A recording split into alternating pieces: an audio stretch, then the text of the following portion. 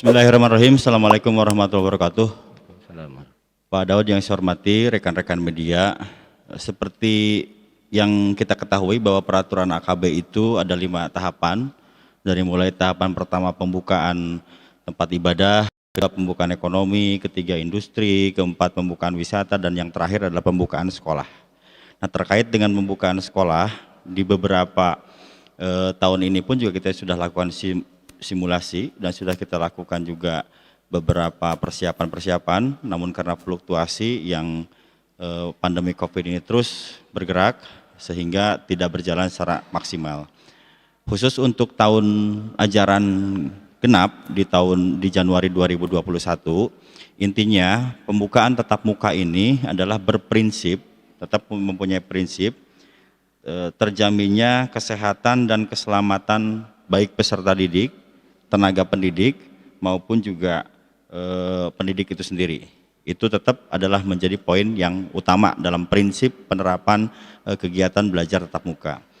Nah, setelah prinsip kita pun juga ada berbicara tentang pemberian izin.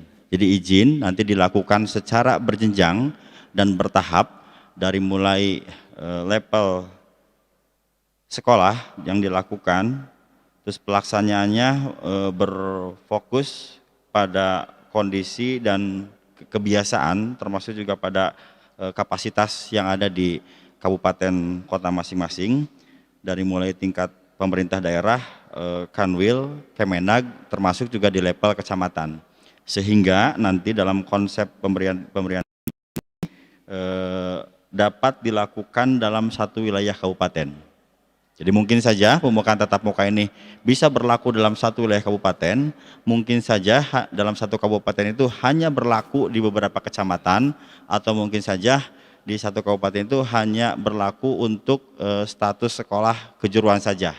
Ini nanti kaitan dengan itu yang akan melakukan rekomendasi itu adalah pemerintah kabupaten dan kota setempat, yang artinya satuan tugas yang berada di kabupaten kota di wilayah masing-masing. Termasuk juga pemberian itu pasti dilihat dari tingkat risiko, dilihat dari zonasi wilayah, termasuk juga dilihat dari mobilitas fluktuasi pergerakan daripada zona-zona yang setiap pekan selalu diumumkan oleh pemerintah provinsi. Dan kita sudah mengeluarkan surat edaran tentang petunjuk pelaksanaan bagi sekolah, termasuk juga kita sudah membuat SOP, dan ini sudah kita sampaikan ke beberapa cabang dinas. Intinya di pemerintah Provinsi Jawa Barat kita sampaikan untuk Januari 2021 kami siap untuk melaksanakan dan menggelar tatap muka. Dari kesiapan tersebut tentunya mekanismenya adalah pihak sekolah itu sudah mengisi sekarang laman kesanggupan, halaman periksa pada data Dapodik, itu sudah diisi. Dan dari halaman periksa itu nanti kepala sekolah akan mengajukan permohonan untuk kegiatan tatap muka. Pihak pengawas yang ditugaskan cabang dinas nanti akan mengecek kesiapannya di sana, didampingi oleh camat setempat, kepala desa setempat. Termasuk juga hasil rekomendasi itu, kalau memang rekomendasi hasil pengecekannya masih kurang sarananya perlu diperbaharui, maka itu dikembalikan lagi kepada sekolah. Tapi kalau menurut daftar checklist itu sudah memenuhi, maka di sekolah itu pun juga akan menyampaikan laporan kepada cabang dinas. Nanti cabang dinas yang akan melaporkan kepada satuan tugas di tingkat kabupaten kota. Nah, laporan terkait dengan kesiapan tersebut tentunya kalau kita lakukan dan kita evaluasi per hari ini, pola pembelajaran di tahap awal masih tetap kita akan mencoba dengan pola pembelajaran blended learning. Jadi blended learning ini kalau misalnya di sekolah itu ada kelas 10, ada kelas 11, ada kelas 12, nanti kapasitasnya kita berharap minimal 50%, jadi yang biasanya satu kelas itu adalah 36 orang, maka minimal dia harus satu kelas itu berjumlah 18 orang. Syukur-syukur dapat berjumlah di 12 orang. Jadi kalau yang tadinya satu kelas, maka akan terjadi kebutuhan 3 kelas. Apa nanti polanya? Polanya nanti sama seperti yang telah kita simulasikan, di pekan ini kelas 10 masuk semua. Jadi semua ruang kelas ditempati oleh kelas 10 untuk pembelajaran dengan mata pelajaran yang memang sulit dilakukan. Minggu depannya kelas 10 daring. Nah, nanti kelas diisi oleh kelas 11. Tapi sebelum diisi oleh kelas 11, sudah melakukan penyemprotan seluruh ruangan dengan disinfektan. Nah, apa yang dilakukan oleh yang daring? Mereka akan melakukan hal-hal yang telah dilakukan pada saat beberapa halnya berjalan simultan antara daring dengan tatap muka. Terus berjalan seperti itu sambil melihat kondisi dan fluktuasi daripada kondisi zona yang ada. Itu untuk tatap muka. Terakhir saya sampaikan untuk tatap muka. Kalau kita lihat saat ini, misalnya tatap muka itu akan dilakukan hanya pada zona hijau kecamatan, ya paling juga hanya terjadi di 49 sekolah.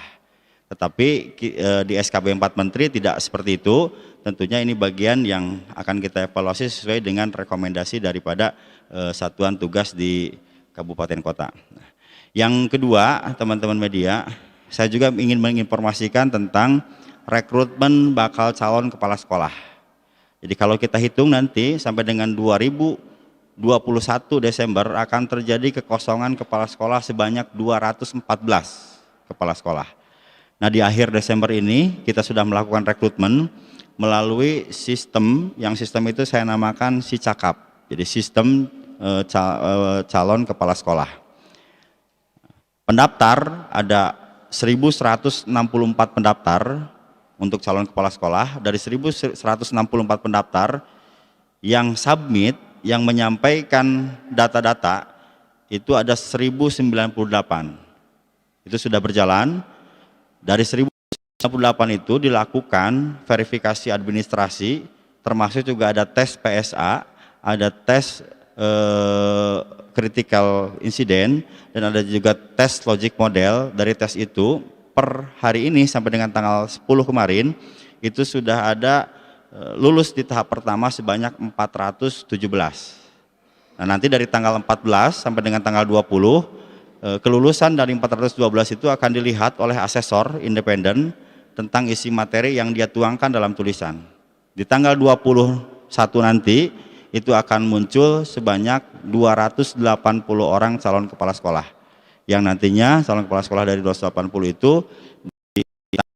akan diumumkan selanjutnya untuk dikirim ke LP2KS untuk mengikuti tes di LP2KS, dan nanti di awal Januari akan dimasukkan ke Diklat, sehingga di Juni 2021 sudah ada calon-calon kepala sekolah yang akan kita persiapkan untuk mengisi ruang-ruang kepala sekolah yang pensiun. Itu yang kedua. Yang ketiga, yang terakhir saya perlu informasikan juga perkembangan tentang Bataru. Bataru itu singkatan Bakti Padamu Guru. Nah, Bakti Padamu Guru ini adalah pemberian fasilitas rumah subsidi kepada penyelenggara pendidikan. Jadi bukan pada guru ya, pada penyelenggara pendidikan, baik di level menengah pertama maupun di level sekolah dasar. Jadi seluruh penyelenggara pendidikan silahkan untuk mengajukan fasilitas rumah subsidi.